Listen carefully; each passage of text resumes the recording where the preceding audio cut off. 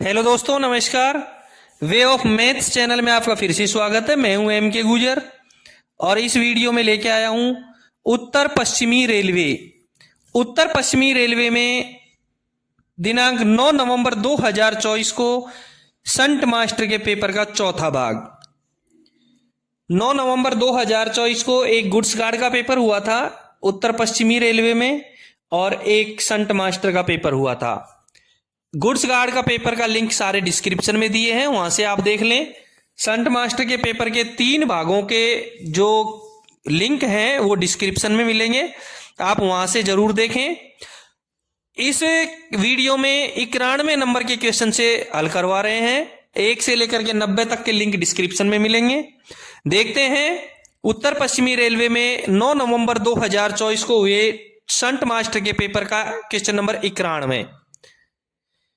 91 number के question में है, लोको पायलट को डेटोनेटर कौन देगा? लोको पायलट को पटाखा सिग्नल कौन देगा? ए में एसएससी लोको, बी में टीआई दे रखा है, सी में एसआई दे रखा है और डी में लॉबी सुपरवाइजर दे रखा है। सामान्य नियम 3.64 के 2 के 3 में साफ लिखा है कि वरिष्ठ सेक्शन इंजीनियर लोको पायलटों को पटाखे देगा। इसलिए 91 नंबर के क्वेश्चन का करेक्ट आंसर रहेगा ए, एसएससी लोको। अगला क्वेश्चन देखेंगे। क्वेश्चन नंबर 92 में है, रात्रि में ट्रेन पार्टिंग के समय कौन सा हाथ संकेत दिखाया जाता है? रात में ट्रेन पार्टिंग के समय कौन सा हाथ संकेत दिखाया जाता है? ध्यान रहे, ट्रेन पार्टिंग के समय जो इंजन का सीटी कोड है वो लंबी छोटी सीटी बजाएगा। 92 के ए में दे रखा है लाल बत्ती, बी में दे रखा है हरी बत्ती ऊपर नीचे, सी में दे रखा है हरी बत्ती और डी में दे रखा है सफेद बत्ती ऊपर नीचे।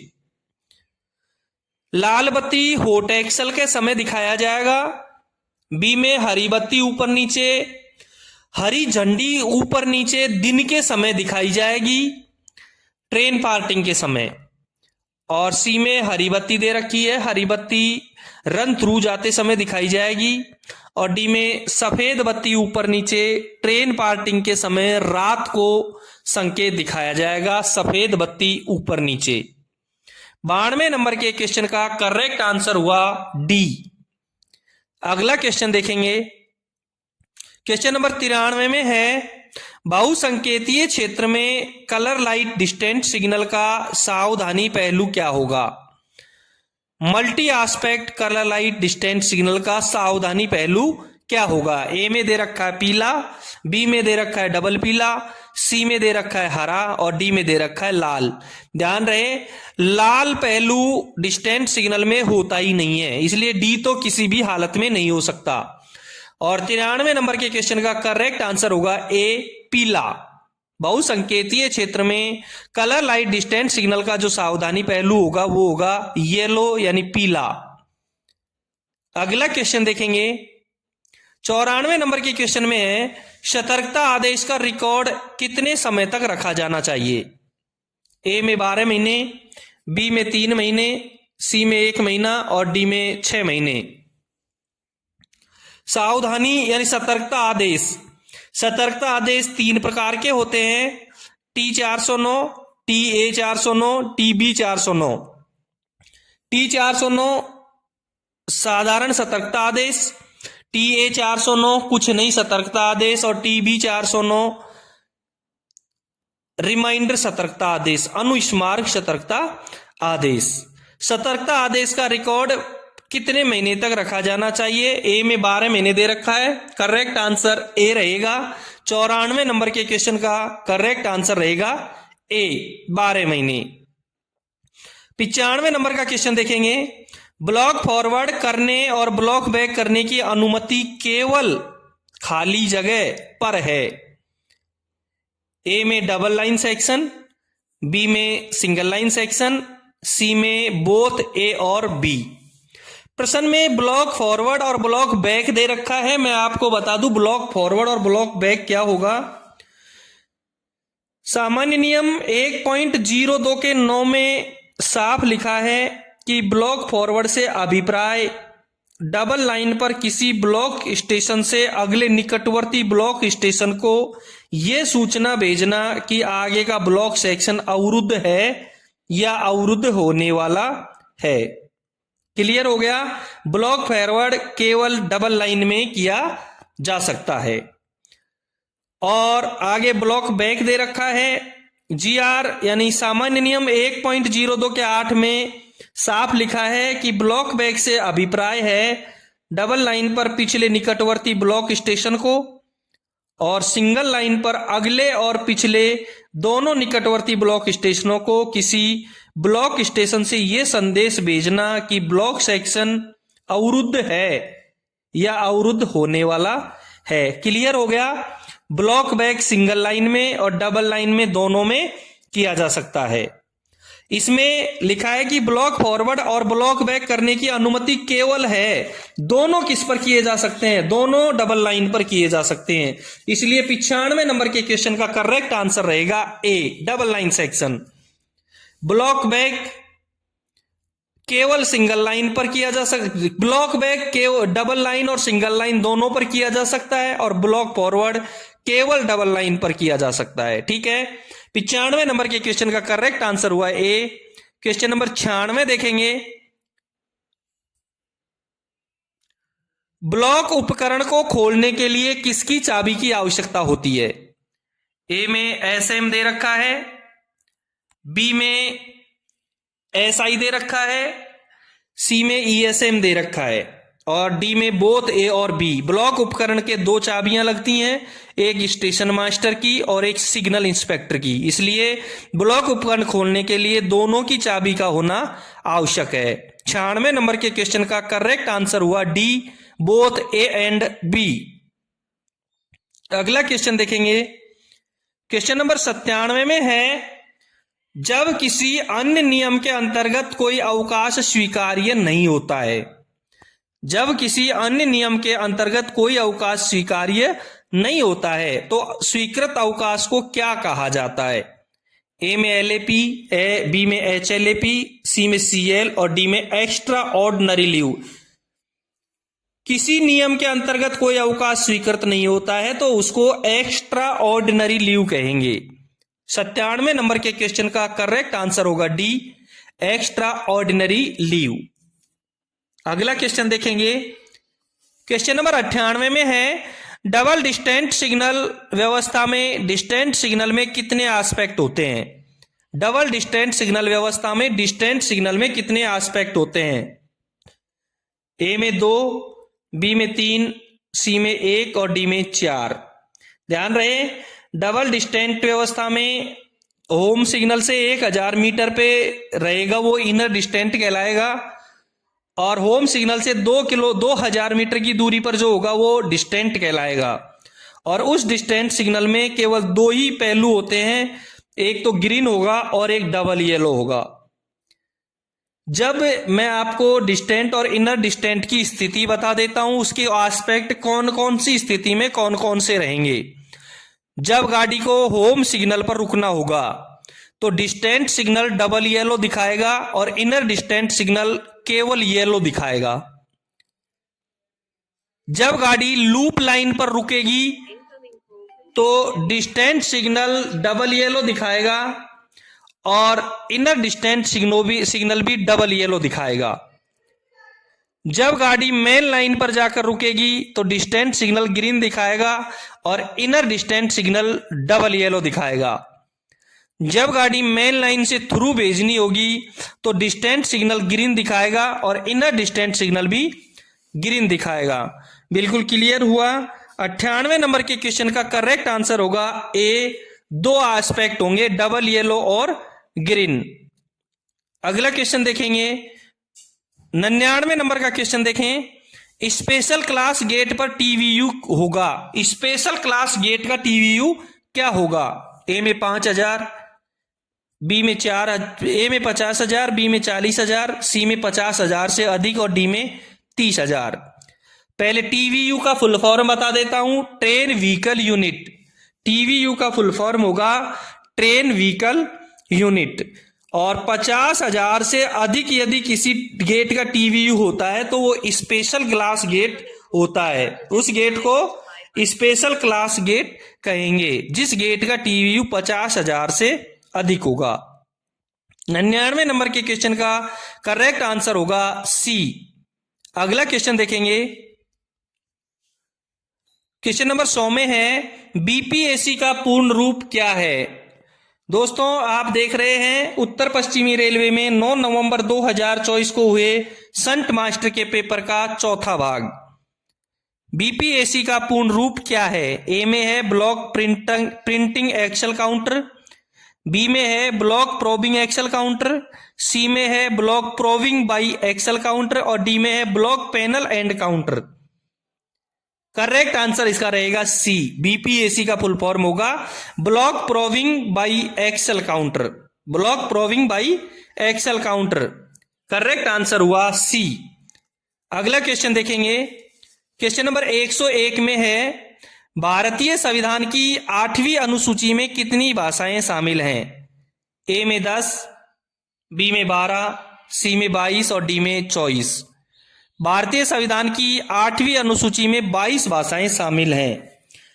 कौन कौन सी हैं। असमिया, उड़िया, उर्दू, कन्नड़, कश्मीरी, कोंकणी, गुजराती, डोगरी, तमिल, तेलुगु, नेपाली, पंजाबी, बांग्ला, बोडो, मणिपुरी, मराठी, मलयालम, मैथिली, संथाली, संस्कृत, सिंधी और हिंदी।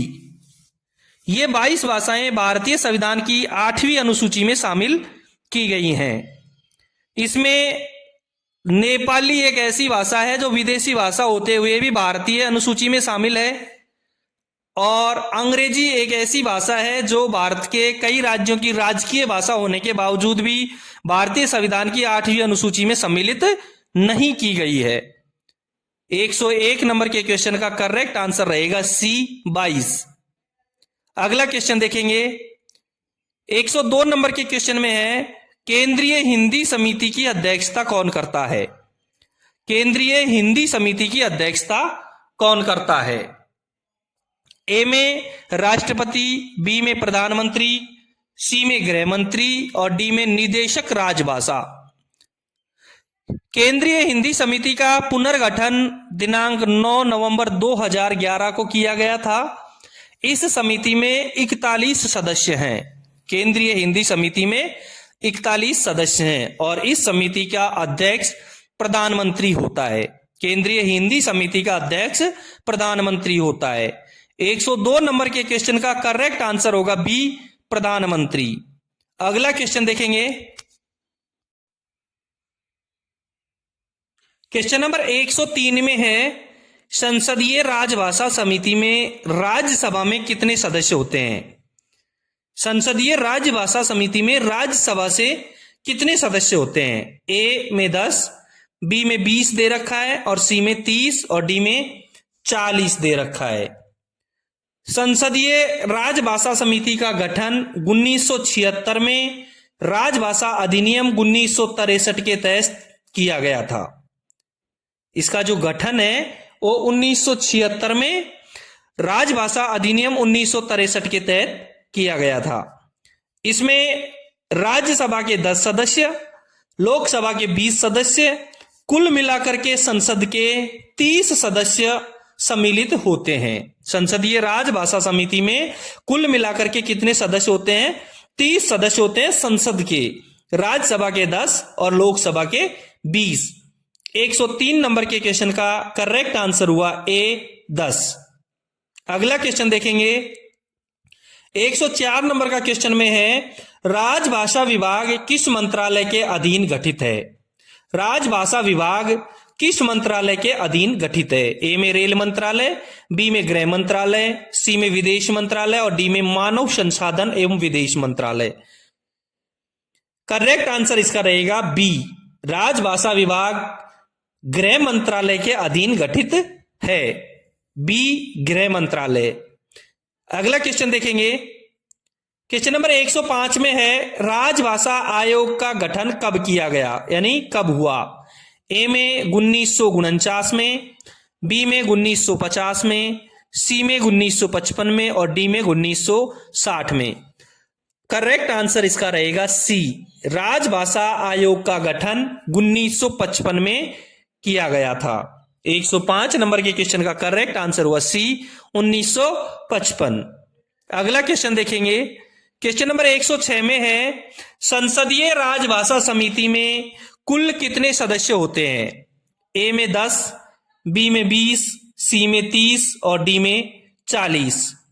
संसदीय राजभाषा समिति का गठन 1976 में राजभाषा अधिनियम 1963 के तहत किया गया था। इसमें राज्यसभा से 10 सदस्य और लोकसभा से 20 सदस्य होते हैं और कुल मिलाकर के संसद के 30 सदस्य होते हैं। 106 नंबर के क्वेश्चन का करेक्ट आंसर हुआ सी, 30।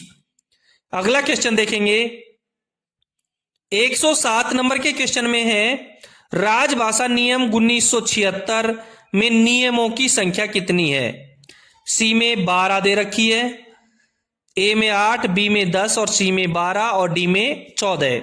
राजभाषा नियम 1976 में कुल मिलाकर के 12 नियम होते हैं। नियमों की संख्या कितनी है, 12 है। 107 नंबर के क्वेश्चन का करेक्ट आंसर हुआ सी, 12। अगला क्वेश्चन देखेंगे। 108 नंबर के क्वेश्चन में है संसदीय राजभाषा समिति का गठन कब हुआ। संसदीय राजभाषा समिति का गठन कब हुआ। ए में 1960, बी में 1963, सी में 1969 और डी में 1976। संसदीय राजभाषा समिति का गठन है वो 1976 में राजभाषा अधिनियम 1963 के तहत किया गया था। 108 नंबर के क्वेश्चन का करेक्ट आंसर हुआ डी, 1976। अगला क्वेश्चन देखेंगे। क्वेश्चन नंबर 109 में है भारत संघ की आधिकारिक भाषा क्या है। ए में ब्राह्मी लिपि में हिंदी, बी में देवनागरी लिपि में हिंदी, सी में सिंधी लिपि में हिंदी और डी में नागरी लिपि में हिंदी। भारत की आधिकारिक भाषा हिंदी है और अंग्रेजी सहायक या गौण आधिकारिक भाषा है। भारत के राज्य अपनी आधिकारिक भाषा विधिक रूप से घोषित कर सकते हैं। क्लियर। 109 नंबर के क्वेश्चन का करेक्ट आंसर होगा बी, देवनागरी लिपि। अगला क्वेश्चन देखेंगे। क्वेश्चन नंबर 110 में है विश्व हिंदी दिवस किस तिथि को मनाया जाता है। ए में 14 सितंबर, बी में 10 जनवरी, सी में 22 जनवरी और डी में 10 सितंबर। ए में 14 सितंबर दे रखा है। 14 सितंबर को राष्ट्रीय हिंदी दिवस मनाया जाता है और बी में 10 जनवरी दे रखा है। 10 जनवरी को विश्व हिंदी दिवस मनाया जाता है। राष्ट्रीय हिंदी दिवस 14 सितंबर को मनाया जाता है। हिंदी भाषा को मान्यता देते हुए 14 सितंबर 1949 को संविधान सभा ने हिंदी को देश की आधिकारिक भाषा का दर्जा दिया था। हिंदी भाषा देश के अधिकतर क्षेत्रों में बोली जाती है, जिस कारण हिंदी को राजभाषा का दर्जा दिया गया था। और विश्व हिंदी दिवस प्रतिवर्ष 10 जनवरी को पूरी दुनिया में मनाया जाता है। इसके मनाने का उद्देश्य हिंदी के प्रचार प्रसार के लिए जागरूकता पैदा करना और वैश्विक स्तर पर इसे एक अंतर्राष्ट्रीय भाषा के रूप में पेश करना है। वैश्विक स्तर पर हिंदी को लेकर पहला आयोजन 10 जनवरी 1974 को महाराष्ट्र के नागपुर में किया गया था। इस सम्मेलन में 30 देशों के 122 प्रतिनिधियों ने भाग लिया था। इसलिए विश्व हिंदी दिवस 10 जनवरी को मनाया जाता है। 110 नंबर के क्वेश्चन का करेक्ट आंसर हुआ बी, 10 जनवरी। दोस्तों, ये था उत्तर पश्चिमी रेलवे का 9 नवंबर 2024 को होने वाला एक संट मास्टर के पेपर का हल, जिसमें पूरे क्वेश्चन 1 से लेकर के 110 तक हल करवा दिए हैं। यदि आपने चैनल को सब्सक्राइब नहीं किया है तो एक बार चैनल को सब्सक्राइब जरूर कर दें। वीडियो को लाइक और शेयर करें। यदि आपको इस पेपर का PDF डाउनलोड करना है तो वीडियो के डिस्क्रिप्शन में टेलीग्राम चैनल का लिंक दिया है, उस पर जाएं और क्लिक करें और पीडीएफ डाउनलोड करें। ठीक है, फिर मिलते हैं अगले वीडियो में। धन्यवाद।